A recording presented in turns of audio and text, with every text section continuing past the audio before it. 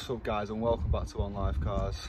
You join me today back with a Corsa C for another tutorial, and in today's video I'm going to show you guys how to remove and replace the auxiliary belt, or what's traditionally known as the fan belt, even though on cars like this it doesn't even turn a fan. But the auxiliary belt, the outside belt, the serpentine belt if you're American. Right guys, I'm going to start by saying sorry about the wind noise. I'll try and speak up, I'll try and block it as much as I can by standing like this at the side, but the show must go on, so sorry about that guys. Get some proper audio one day, some proper mics. So, auxiliary belt is this thing here to the left of your engine, if you don't already know, and it spins round to do your water pump, your alternator, as you can see at the back there, and possibly the power steering pump if they're not electric power steering on these further down, but we'll see more as we take a bit more off. So you can see there's a lot in the way. You've got the main thing, you've got an engine mount right in the way of it. The airbox, that's an easy quick one. So the airbox, let's go through this now. There's a little torque bit there to undo, because you can see there the box goes into that little mount and then it just pops out of that mount there. You can see down there I've undone the pipe from the actual intake from the front of the car, just a little section of pipe there you can pull straight off. Also what I'll undo your mass sensor and either side, or you can leave the mass sensor in and just undo this bit and just put that out of the way and then pull the box out of the way just so you can get to this. And before you do anything else, we've got to get under the car with a jack or some chocks of wood or anything like that, and we're going to chock the engine itself. Some might not recommend this. I'm just going to stick some under the oil pan there. People might say in the comments, oh, it's squash oil pan, but the weight of the engine ain't just going to cave in on it, it'll be fine. So put a chock of wood across the bottom of the oil pan with a jack under it, and it'll stop the engine from moving when you take one of the mounts off. Right guys, as you can see here, I've got the airbox off. That's bolted T30 by the way. For those of you wondering, or T35, I think it's pretty certain it's a 30. But anyway, the airbox is out the way. Now leaves you with this engine mount. I've got a jack underneath there, you can just about see that there.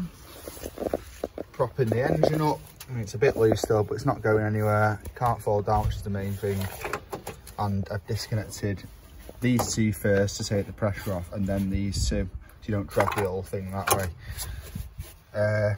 They are 11 mil, I know, 11, most awkward size ever. I've got a normal 11 mil socket on it. I'm not sure though, because of these star bolts, if a 10 would fit it if it was a starry socket, but I think they do look a bit bigger. On first look, you don't think that's anywhere near a 10, it looks like a 13 or something, but yeah, 11 mil socket, normal socket, seems to fit fine. So we've got 1, 2, 3, 4 bolts out. Let's take that last one out now, and then the mount can be moved out of the way. The airbox, revealing the rest of the mount. Sorry, yeah, we've got 2 more bolts here. I think, is that it? Is there another one further down? Yeah, there's another one down there, isn't there? That'll be fun to get to. You'll just get a socket in there. There's one, 2, and then the third one. I've got my finger on it now, so it's not that bad. It's just, you just can't see it, but you'll get a socket on that easy. Yeah, and then we'll get this whole mount out of the way, revealing the belt, and then it's just a case of taking the tension off a little bit, taking the belt off and replacing it with a new one. I don't know if you can see it yet. I can see it already that this belt's cracked like mad. You can just about, not the best quality filming down there, but I'll turn the light on. Yeah, that went well, but I'll show you the belt properly when we get it off here. That'll be easier. So yeah, rest of the mount off, and then I'll show you how to loosen the tensioner, and then we can change the belt itself. And you're nearly there guys. Right guys, as you can see here, we've got the engine mount off and out the way. It's a bit fiddly. You've got to sort of, so the bolt that sort of hits the frame here as you try and do the engine mount, you've got to slide the bolt through that hole in the frame to get it out of the way, to get the mount up and out of the way. It's a bit fiddly, but you'll suss it, just mess about with it until you get it out. It seems like it doesn't fit, but it does. So we're nearly there, guys. So you've got your new belt ready. As you can see, you've got it all exposed. So that's the crank pulley at the bottom that actually turns the belt from the engine. This is the pulley for your water pump. The water pump's behind that. To spin that around, obviously you've got your alternator here at the back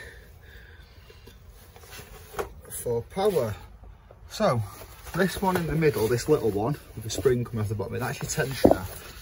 It's already set good on this one. One way to check your belt tension is give it a turn in that, find the furthest bit, so you've got like between that pulley and that pulley, or that pulley and that pulley down there, so what would be the most slack bit, and turn it.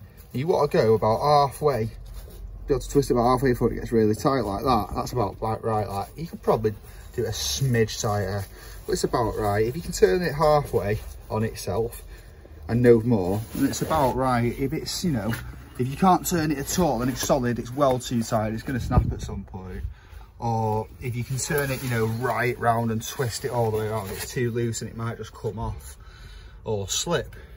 If you've got a really squeaky belt, there's a good chance it's either really old and frayed or it is too loose. So for getting the belt off itself, you're going to get a 15mm spanner like I've got down here and stick it on that nut there on the middle smallest pulley. And when you'll find when you push that down, don't take too much pressure, you'll see the tensioner goes on the spring, releasing the belt. So you're simply gonna, I'll have to take the camera off to do it because I need two hands. You're gonna push down with one hand, just enough like that so it takes the tension off, and then use the other hand to pull the belt off. So I'll just do that now, off camera, as I can't really do it. Well, in fact, you know what? That's for you guys. Things I do for you guys. I put the balance it like that, go like this, as you can see. And now, let's get the belt off. Fairly easy job. The hardest bit of this job is getting the engine mount out of the way. That's a bit stiff on the bottom there, so there's not much space between that. You just have to sort of stick an hand in and work it loose. I think the tension is it, so what I might have to do is just put the spanner back on that tensioner. Yeah, the tensioner just catches the belt, so if you just untension it again, and then just like so, just watch your hands too, guys. You don't want to trap your hands in anything, because if you catch your finger in there and let that tension off on your finger, you're not going to have it in you to undo it again, because it's going to hurt that much. So be careful. Right, the old belt. Now this is the problems you got to look out for in belts. You can see all those little lines, just cracks all the way down it, and that just carries on that.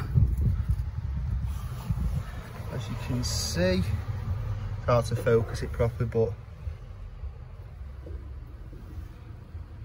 you can just about make out if you look closely. I'll try and film it slowly, but it's full of cracks. There's loads of them.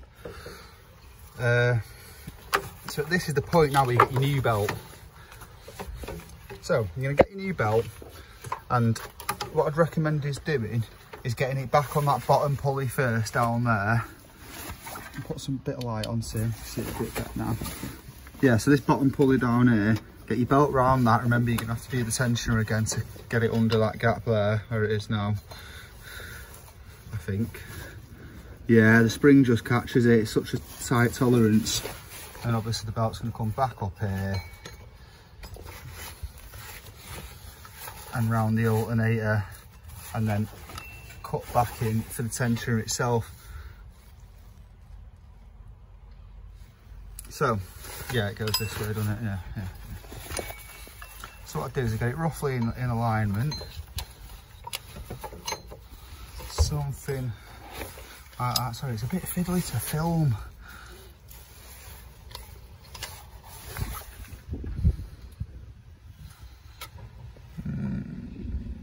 I've put that back on wrong, and that's why it's so slack. Yeah.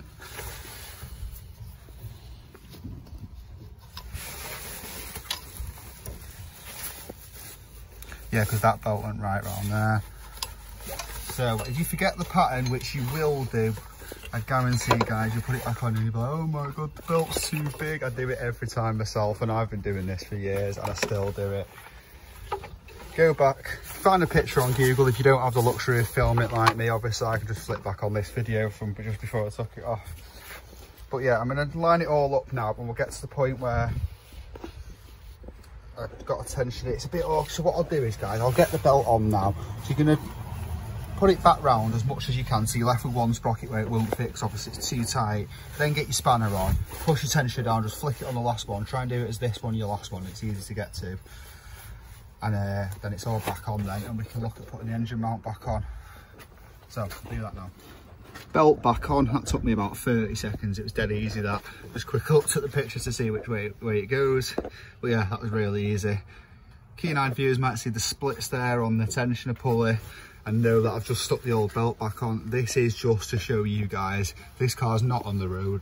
It's not going to be even started anytime soon. This is just for the purpose of the video to show you guys how to change the belt. I am not changing this. Yeah, it needs doing, don't get me wrong, but I think this car will probably sit on the drive now as a channel car for a while. That's how it goes. I don't think it's going to go back on the road. But don't quote me on that. You never know. You never know. What future projects with lowering springs and eBay turbos I might have in mind. But that's for another day. So yeah, that's your drive belt slash serpentine belt slash auxiliary belt slash old school term fan belt.